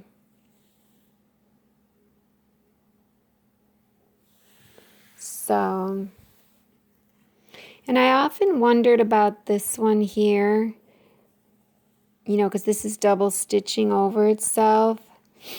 I often thought if I should change that, but I don't know. I have so many designs that I have to adjust now. Now, if I have to go back and put the jump at the end, I have a lot of work ahead of me. On this design, I put the jump at the end, and it's on my website. So again, if you bought any of the designs and you need these jumps or what have you, and I haven't gotten to them, just let me know. And if you need anything cut out, let me know as well. Okay. So I have to decide what I want to do going forward. If I decide to just keep going down, you know, because I'll leave this open up here because, you know, this could be a future border that I'm going to put on, and then I can hoop it because this is too small to hoop for this big design. So if I push this up, because we'll just look from the back because it's easier, and so you can see that, you know, for the backing, I probably have enough to hoop one more for the backing. But for the front, my front ends up here. Let me backing ends down there. So I'd have to add some more stuff on the front. And if so, how much batting do I want to leave if I want to go in this direction? Well, if I can hoop this, let's see if I can, because it's going to overlap slightly, so I can. So it's going to overlap about 1 inch. So that means I can get one more hooping in there, but I have to add more to the front, which is fine. I'll just do right sides together and add another piece. And everything else, I don't have to do anything. But for me to stitch this, I can't be sticking all this up in my hoop, but I can stick this up in my hoop if I cut the batting. Or do I need to? That's a lot of batting. I don't see how I'd be able to hoop it and get the sides up into the arms. So if I do this one, I remember I can only have 12 inches of fabric beyond that. So I'm going to go about 14 inches beyond wherever I end up here.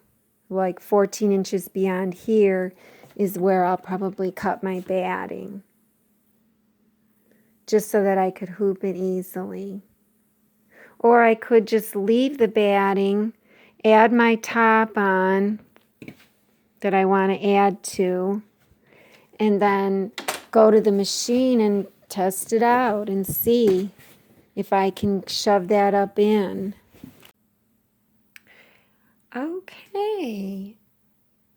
Oh, I have my flash on. Wow, that looks really bright. It's not really that bright. But this is how I've decided to proceed with the quilt as you go, quilt in the hoop method that I'm trying to create. I have decided to make it easy for me, easy on myself.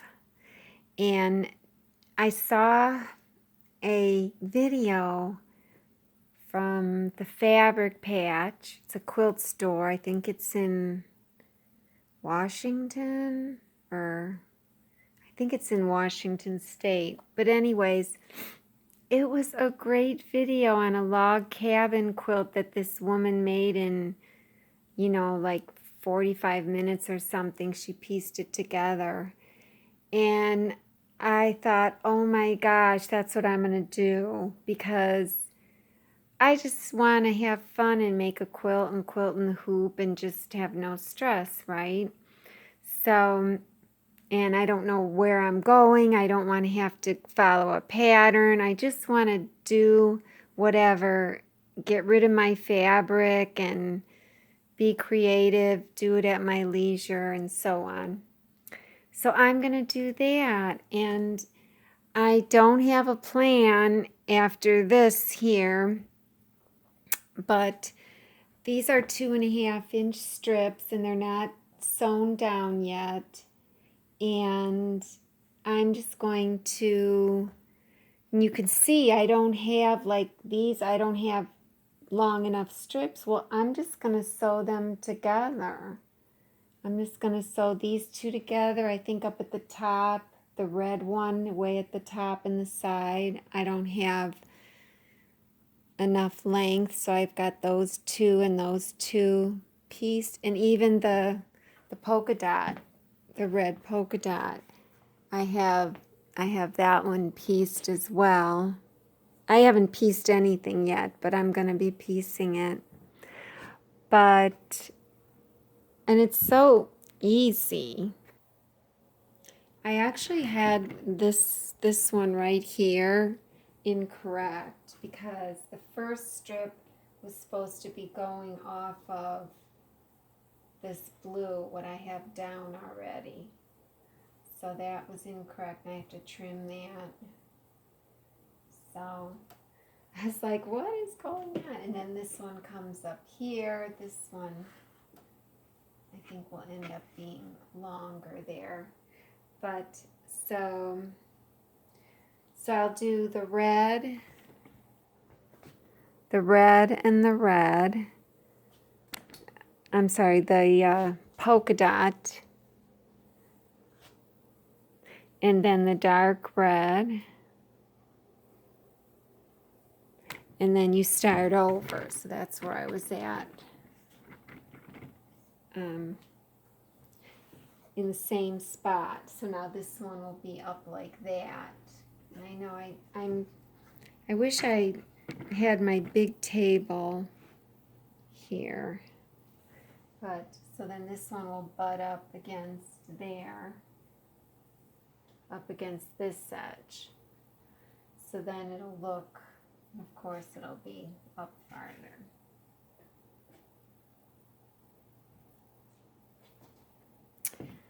So, and then, you know, we'll come down and this one will be at the end right here. It'll be cut because this one's already laid down. And then after this one is the yellow. So the yellow will be cut right here, right there. And then we'll come up. So then the yellow will end where this started. So then what I decided is with a multi-needle machine, you really can't shove this in more than like, well, 12 inches for sure. So you always want to be working on the upper edge. I was able to quilt this whole section, you know, this interior section, you know, from here to here. I was able to fit that into the arm of my multi-needle. So from here on out, I've decided that I'll just build this to the side. You know, I'll go off to each side and I'll make it however wide I want my quilt to be. And then I'm obviously going to have to add batting, and that's when I'll do the butting up method. And I know this isn't the right batting, but when I need to add more batting, I'll make sure that it's not in any of the seam lines, because again, that nice lady from Stephen from the Idiot Quilter YouTube channel, and they had their chat, she said as long as you don't put when you butt up your batting, because when I do butt it up, it's going to be butted up just like that and zigzagged. But I'm going to make sure that the batting is like, you know, sticking out from any seam line or in, you know, right here. More than likely I'll have it out here, and then this will be zigzagged. And then, you know, the top and the backing is just like normal, really. I'm just going to be doing right sides together, and I'm going to sew this on. Now, I can sew this on through the batting if I wanted, but I don't want to because it's too hard. I'm just going to sew the fabric and just smooth out, you know, my embroidery, and make sure, because I had that pucker on this one because I didn't make sure my batting was smoothed out. Like on this one here, I have a slight pucker here, And it's not bad. You can barely see it. But that's the other nice thing about just working from the top row or the top 2 rows is that you can just smooth it out, go like this and smooth it out, go underneath and give the backing a little tug. The fabric sticks to the batting, so it's kind of stays flat on its own. It's really not hard. So anyway, so I'll work out and add batting, and I'll be adding top, and then when I'm ready to quilt, when I've got enough top, I have to make sure that I have enough top, you know, for my hoop. Now I have about a 1-inch overlap, so here's my last design here, you can see. And if I just look at this one here, well, I don't have enough fabric. So if I'm just looking here with like a 1-inch overlap when I hoop this, and of course I have my stencils on and my ghost, not stencils, but you know, my templates, my ghost template and design template and so on. So I do have to add another row of strips here to proceed with my quilting. And the way I've started this, I've started it up on the right and going down. But I think my next strips are not going to be 2.5. I think I'm going to make them wider. And I don't know what color I'm going to use. I really don't know. But I'll maybe go with like a 4-inch strip. And that'll be enough then for me to start quilting on both sides. So I can quilt here, here, over there, you know,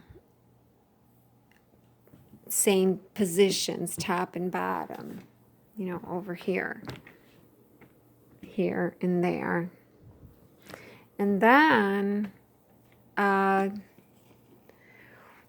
don't know how wide it will be at that point. Right now, let's see, it'll be around, because it's not sewn in, 33 plus another 8, it'll be 41. So it's still not going to be really wide enough for a lap quilt. I'd want it to be at least 60 inches wide for a lap.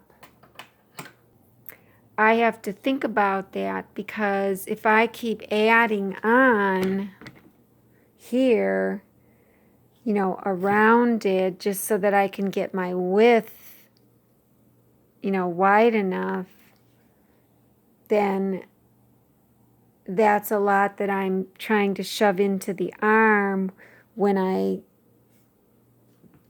go to quilt, you know, these sides. So what I may have to do is, as I add this on here on this edge too, I may have to, you know, quilt it before I add any more on.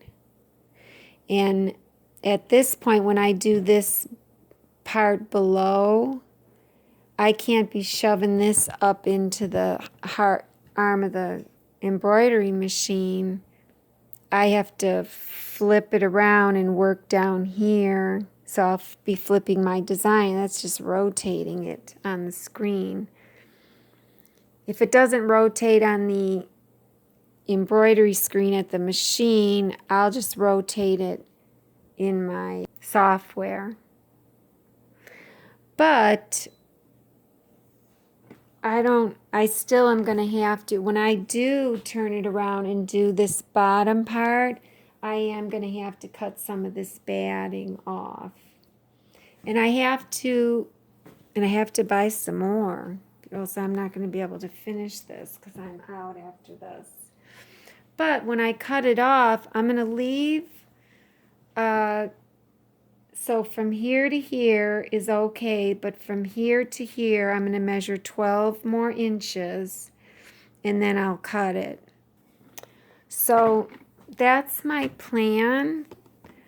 For right now, I'm just going to build these logs, and then I have to find one more 4-inch fabric to go around, and we'll just go from there. I'm excited. So by me doing it this way, I really don't even have to do any more appliques. What I liked about her video, fabric patch video, she used like a panel and then cut out a center of the panel that was pretty, and that was the focal point. Well, this could be my focal point of this quilt, and all this silly stuff I have around it. And I could just let it go. And it would just be a really funky, crazy quilt. But it's going to be nice because the quilting is real light and airy. It's not dense, so it's not going to be a bulletproof quilt, even though it's 100% cotton. So we'll see. I might have to change my thoughts.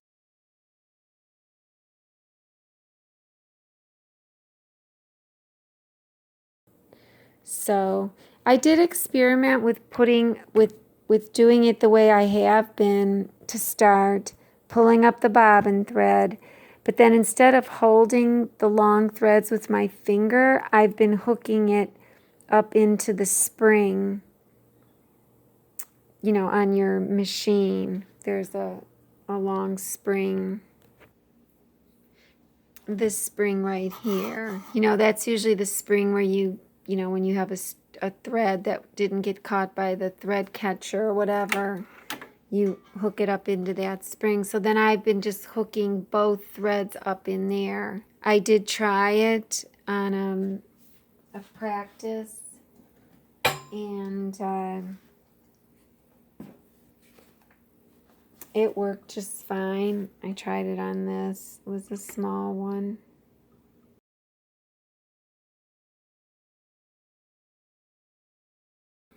All right, well, I guess the next time we meet, I will be, I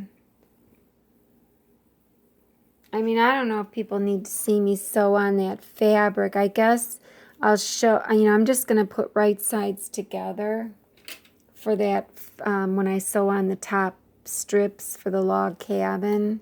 There's so many videos about that. So, and I'm not going to sew them to the batting.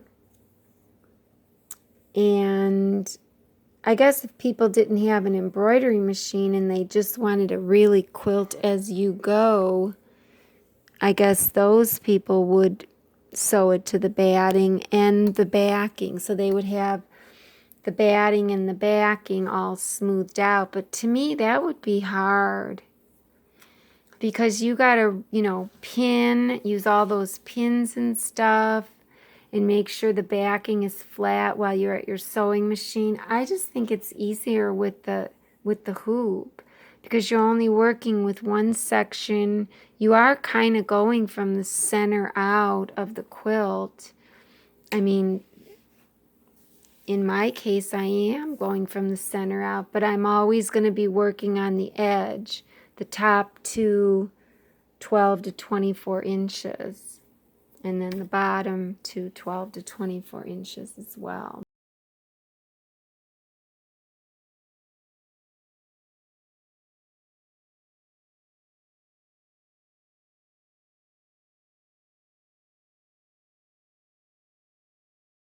Then I can just piece my bottom on, right sides together on the bottom.